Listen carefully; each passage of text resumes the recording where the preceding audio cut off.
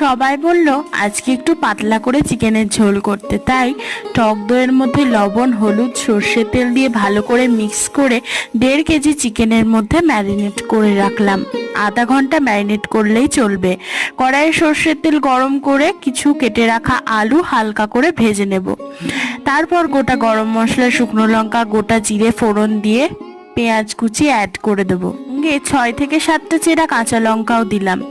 আদা, রসুন, জিরে আর টমেটো বাটা অ্যাড করে দিলাম। তারপরেই ম্যারিনেট করা চিকেন দিয়ে হাই ফ্লেমে টমেটো কুচি, কাশ্মীরি লঙ্কার গুঁড়ো, ধনে গুঁড়ো, লবণ, স্বাদ মতো হলুদ দিয়ে ভালো করে এবার আস্তে ফ্লেমে করে কষিয়ে নিতে হবে। অনেকক্ষণ ধরে কষাতে হবে কিন্তু চিকেনটা। তারপরেই গরম জল অ্যাড করে দিলাম আর ভেজে রাখা আলু। যেহেতু পাতলা ঝোল করব তাই জলটা একটু বেশি অ্যাড করেছি।